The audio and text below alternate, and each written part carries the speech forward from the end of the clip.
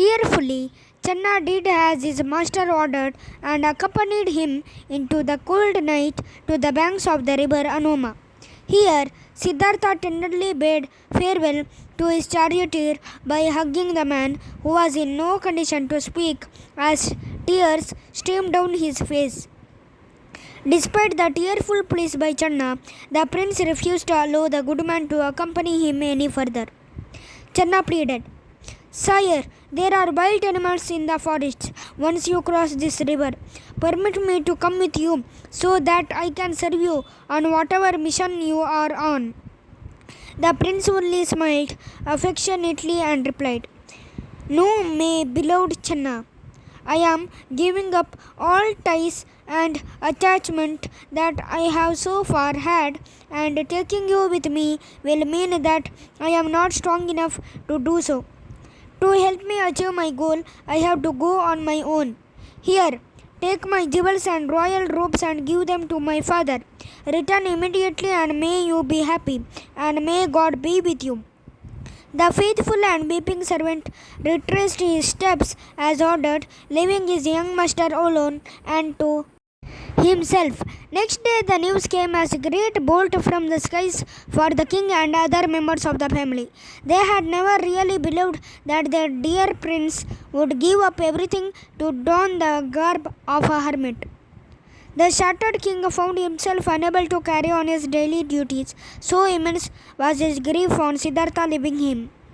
He put Devadatta on the throne and withdrew into the remote chambers of the palace to mourn and hope his dear son would come back soon.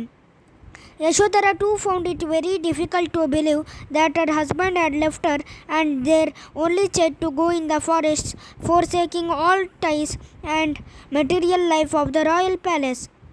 She felt that the very purpose of her life was taken away from her. She removed all her finery, dressed in very simple clothes, and led a very austere life, no longer playing and singing with her maids like before. Her deep sorrow left everyone dumbfounded.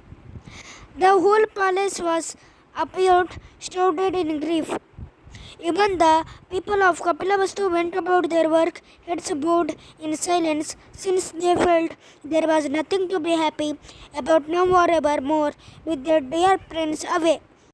Once Siddhartha shed his princely clothes, he shaved his head and crossed the Anoma river after taking a refreshing bath in its clear waters. He was now in the kingdom of Magadha and was heading for its capital, Rajagriha. The ruler of the state, Bimbisara, was known widely for his generous charities and great interest in performing religious rituals and sacrifices.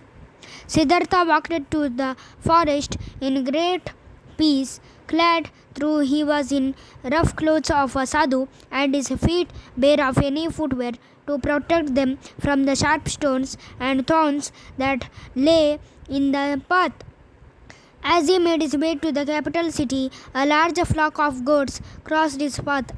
The animals were escorted by a goatherd who guided the bleating herd down the path. Siddhartha noticed that a small lamb stumbled in the rear of the flock since it had a deep cut on one of its legs.